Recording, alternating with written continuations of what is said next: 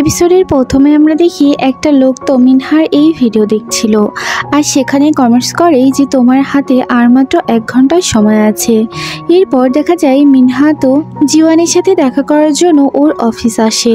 মিনহাকে দেখে ওইখানকার একটা ছেলে তো ওর কাছে এগিয়ে আসে আর তখনই পিছন থেকে একটা লোক তো ওই ছেলেটার দিকে এগিয়ে আসছিল আর মিনহায় ওকে বাঁচানোর জন্য ওর সামনে চলে যায়। লোকটা তো বলতে থাকে তুই আমার বোনকে মেরে ফেলেছিস, আমি কিছুতেই তোকে ছাড়বো না। আর তখন ছেলেটা তো অনেক ভয় পেয়ে যায় আর এইগুলো শুনে তখন তো সেখানে জিওয়ান চলে আসে। জিওয়ান বলে তুমি ওকে কেন মারছো, ও কি করেছে? তখনই জ্যাংয়ের কাছে ফোন চলে আসে। জ্যাংয়ের কাছে ফোন দেয় ওই ছেলেটার মা আর ফোন করে তাড়াতাড়ি ওদের অফিসে চলে যেতে বলে। মহিলাটি বলে আমার মেয়ে তো মারা গিয়েছে, কিন্তু আমার ছেলে এর প্রতিশোধ নেওয়ার জন্য এখনো উতাল হয়ে রয়েছে, তাই তুমি তাড়াতাড়ি এখানে চলে এসো। তারপর আমরা দেখি ও তো বুঝতে পারে আর তাড়াতাড়ি ওখান থেকে বেরিয়ে পড়ে। জ্যাং তো দৌড়তে দৌড়তে ওখান থেকে চলে যায়। এরপর আমরা জিওয়ানকে দেখি। জিওয়ান তো লোকটাকে বারবার নিষেধ করা সত্ত্বেও লোকটা তো থামেই না। লোকটা আজকে এই ছেলেটাকে মেরেই ফেলবে। তখন জিওয়ান তো বলে তুমি আমার অফিসে বসে কথা বলতে পারো, আমি এখানকার সিও আর ওরা আমার এমপ্লয়ার, তার জন্য তুমি এখানে এভাবে ওকে মারতে পারো না। তখন ছেলেটা বলে যে তুমি তো একজন মাফিয়া আর তোমরা সবাই ক্রাইম করো, তার জন্য সবাই একসাথেই থাকো। ও তো বলে এরকম কিছুই নয় আর ওকে ঠান্ডা হয়ে কথা বলতে বলে আর ওদের সবাইকেই ভিতরে নিয়ে যায়। এরপর আমরা লিনকে দেখতে পাই। লিন তো জিজ্ঞেস করে কি হয়েছে। তারপর দেখা যায় ও তো বুঝতে পারে যে এখানে কি হয়েছে আর কেনই বা সবাই একসাথে বসেছে। ছেলেটা তো চুপচাপ মাথা নিচু করে দাঁড়িয়ে থাকে আর লোকটা তো ওকে অনেক কথা শোনাতে থাকে। জ্যাং তো বলে ওর তো এখন কোনো দোষ নেই, ও তো ইচ্ছে করে কিছুই করেনি, কিন্তু তারপরেও লোকটা তো কোনো কথা শুনে না। এরপরে ওই মেয়েটার মা তো বলে এইগুলো বাদ দাও আর এখন এখান থেকে চলে যায়, কিন্তু ছেলেটা তো কিছুতেই শুনতে চাচ্ছিল না। তখন দেখা যায় বাইরে থেকে ওরা দাঁড়িয়ে দাঁড়িয়ে কিছু শোনার চেষ্টা করছিল আর ভেতরে এরা তো সবাই মিটিং করছিল। তখন দেখা যায় জিওয়ান তার কাছে যায় আর গিয়ে নীল ডাউন হয়ে যায়, ওকে তো সরি বলে, কিন্তু লোকটা তো বলে এভাবে করলে তো চলবে না, আমি যা বলবো তাই করতে হবে। তখন লোকটা তো বলে ওকে তুমি কাজ থেকে বের করে দাও। আর ওরা এই কথাগুলো বাইরে থেকে শুনছিল আর বলছিল যদি বাইর করে না দিতে পারো তাহলে ওকে গুলি করে এখনই মেরে দিতে হবে। জিওয়ান তো বলে আমি এগুলো কিছুই করতে পারবো না, কেননা ও তো আমার এখানকার এমপ্লয়ার আর আমার ছোট ভাইয়ের মতো, তাই এগুলো আমি কিছুই করব না। লোকটা তো বলে ও একজন খুনি, ও আমার বোনকে খুন করেছে। এই কথাগুলো শুনে ছেলেটা তো দাঁড়িয়ে দাঁড়িয়ে কান্না করতে থাকে। জিয়াং তো বলে এগুলো তুমি এখন আর বলতে পারো না। তখন আমরা পাস্টের ঘটনা দেখতে পাই। তারপরে ওর কাছে তো ওই মেয়েটা আসে। মেয়েটা তো ওর বাইকটা দেখে অনেক বেশি খুশি হয়। আসলে ওরা দুজন একটা রিলেশনের মধ্যে ছিল আর ওরা দুজন দুজনকে অনেক বেশি ভালোবাসতো। তারপর দেখা যায় ছেলেটা তো ওকে গাড়িতে করে বাইরে ঘুরতে নিয়ে যেতে চায় আর তারপরে ওর হাতে একটা ব্রেসলেটও পরিয়ে দেয়, বলে এটা তোর জন্য নিয়েছি। এরপরে ওরা তো বেরিয়ে পড়ে ঘুরতে। এরপর দেখা যায় ছেলেটা তো ওকে গল্প শোনাতে শোনাতে সেখান দিয়ে যাচ্ছিল আর ওরা দুজন অনেক বেশি হাসাহাসি করছিল। হঠাৎ করে একটা গাড়ির সাথে ওদের অ্যাক্সিডেন্ট হয়ে যায়। ছেলেটার মাথায় হেলমেট থাকার জন্য ও তো বেঁচে যায়, কিন্তু মেয়েটার ওইখানেই মৃত্যু হয়ে যায়।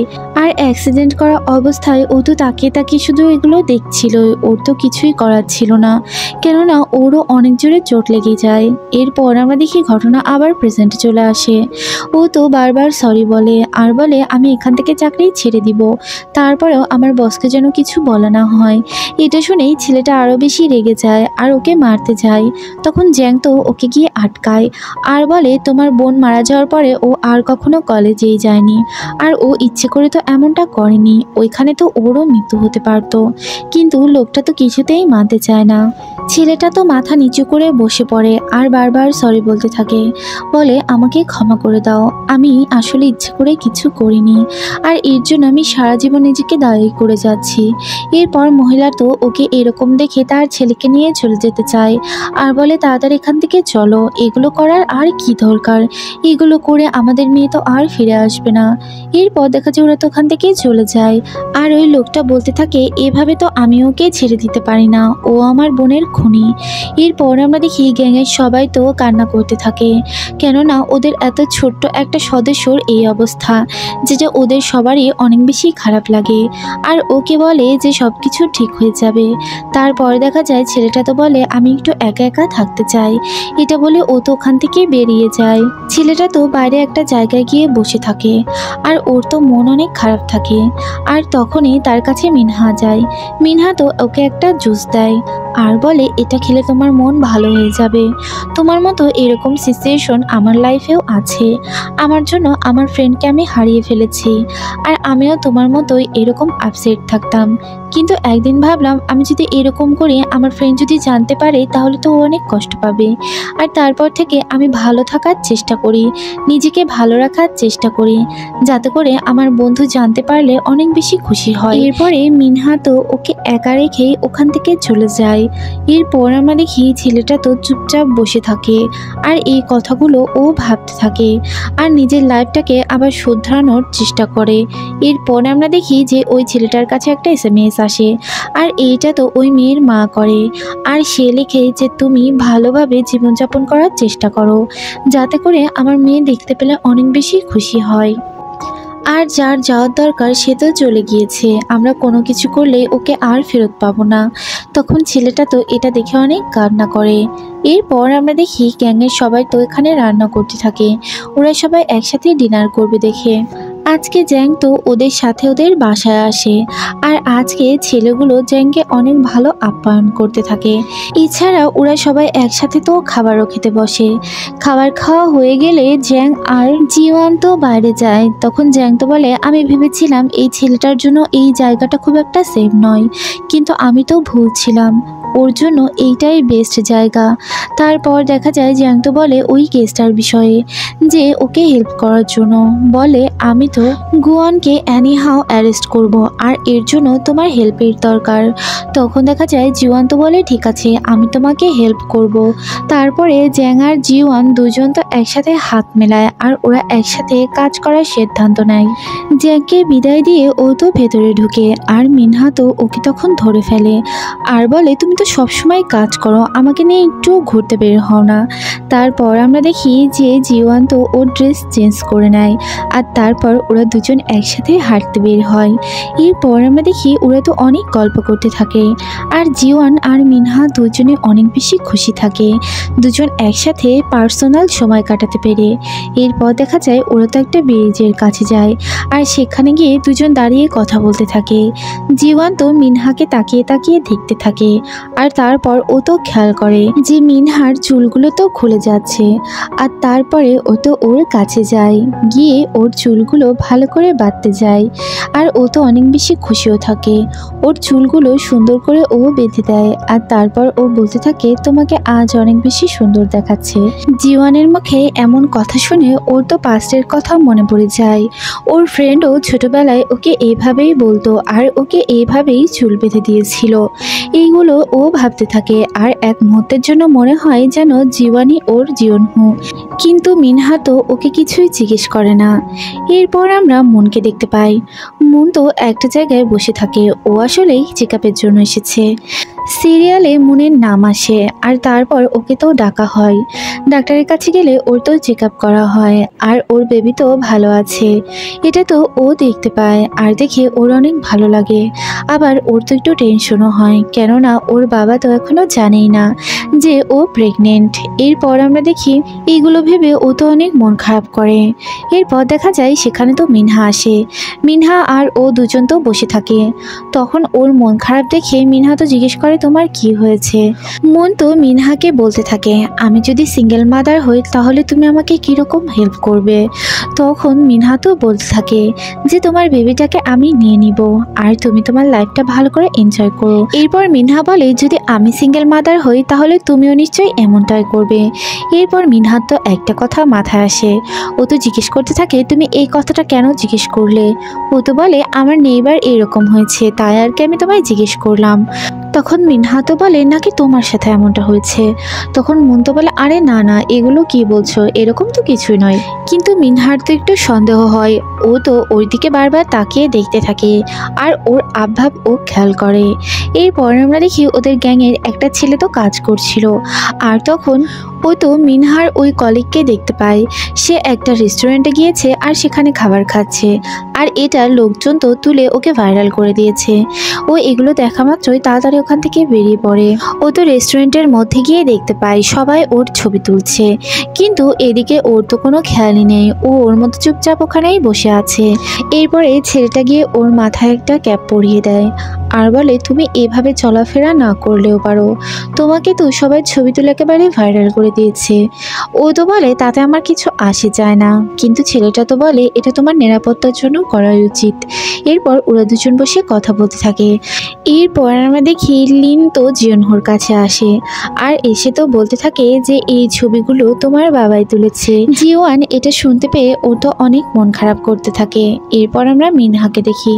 মিনহা তো ওর স্টুডিওতে ছিল, আর সেখানে ও তো রাউন্ড রাউন্ড একটা জিনিস দেখতে পায়, যেগুলো ধরেই ওর একটা কথা মনে হয়ে যায়।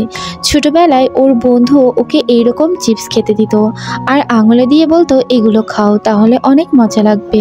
মিনহা তো ওর ছোটবেলার কথাগুলো মনে পড়তে থাকে, আর তারপর ঘটনা আবার প্রেজেন্টে আসে। এরপর আমরা দেখি মিনহা তো জিওয়ানের কিছু কিছু কর্মকাণ্ডের কথা মনে করতে থাকে, আর ওর মনে পড়তে থাকে ওর ছোটবেলার বন্ধুও সেম এরকমটাই করতো। আর তারপর ও তো জেংকে ফোন করে আর ফোন করে ওর সাথে দেখা করতে চায়। জিওয়ান তো মিনহাকে ফোন করে আর বলে আজকে সারাদিন বাসায় থাকার জন্য, বলে আজকে যেন তুমি বাইরে বের হও না। ও তো বলে ঠিক আছে আমি বের হব না, সারাদিন বাসাতেই থাকবো। এরপর আমরা দেখি ও তো ফোনটা রেখে দেয়। তখন লিন তো ওকে জিজ্ঞেস করে যে তুমি কেন ওকে বলে দিচ্ছ না তুমি জিয়নহো। ও তো বলে এটা যেন কখনোই মিনহা জানতে না পারে, আর ও তো ওর বাবার সাথে দেখা করার জন্য বেরিয়ে পড়ে। এরপর আমরা দেখি জিওয়ান তো ভেতরে চলে যায় আর লিন তো বাইরে অপেক্ষা করতে থাকে। জিওয়ান তো ভিতরে চলে যায় ওর বাবার সাথে দেখা করার জন্য। এরপর আমরা মিনহা আর জ্যাংকে দেখতে পাই, ওরা দুজন একসাথে দেখা করতে আসে। তখন মিনহা তো জিজ্ঞেস করে যে তুমি আমায় সত্যি করে বলো, তুমি তো জানো যে জিওনহো কি জিওয়ান নাকি। তখন জ্যাং তো বলে হ্যাঁ, আর এতে ও বুঝে ফেলে। এরপর আমরা দেখি জিওয়ান তো ওর বাবার সাথে দেখা করতে আসে। তখন ওর বাবা তো বলে অনেকদিন পর তোমাকে দেখে অনেক ভালো লাগছে, আর তুমি কেন আমার গ্যাংয়ে আবার ব্যাক করছো না। তখন ও তো বলে আমি আর এসব কাজে জড়িত হব না, আমি ভালো কাজ করার চেষ্টা করছি। তখন ওর বাবা তো বলে তুমি কি ওই মেয়েটার জন্য এমন করছো নাকি, আমি বলে দিচ্ছি কিছুদিন পর তোমাকে আবার ব্যাক করতেই হবে। ও তো বলে এমনটা কখনোই হবে না। তখন জিওনের বাবা তো হাসতে থাকে আর বলে ঠিক আছে দেখা যাবে। ও তো ওর বাবার কথাতে একটু সন্দেহ পায়, আর তারপর ও তো বলে ঠিক আছে। এরপর আমরা মিনহাকে দেখি। মিনহা তো রেস্টুরেন্ট থেকে কাঁদতে কাঁদতে বের হয়ে যায়, আর জ্যাংও ওকে এবার আর আটকায় না। এরপর আমরা দেখি ও তো বারবার ফোন করতে থাকে, কিন্তু জিওয়ানের ফোন তো গাড়ির মধ্যে ছিল আর লিন বাইরে ছিল। তারপর দেখা যায় যেখান থেকে জিওয়ান বের হয়ে আসে। জিওয়ান বের হয়ে আসলে লিন তো জিওয়ানকে বলতে থাকে যে ওর একটা জরুরি কাজ পড়ে গিয়েছে। এরপর আমরা মনকে দেখি। মন তো বাইরে থাকে, আর ও এসেই দেখতে পায় সেখানে তো লিন দাঁড়িয়ে আছে। লিনকে দেখে ও রীতিমতো অবাক হয় আর ওকে তো মারতে যায়, আর ও নিজেই তখন পড়ে যাচ্ছিল। এরপর লিন তো বলে তুমি তো অনেক ক্লান্ত হয়ে গিয়েছো আর অনেক উইকও দেখাচ্ছে তোমাকে। তখন মন তো বলে এতে তোমার কি আসে যায়। তখন লিন তো বলতে থাকে তুমি তো প্রেগনেন্ট, এটা তো আমি জানি। ও তো বলে এগুলো তুমি কি বলছো, আর তুমি এটা কবে থেকে জানলে।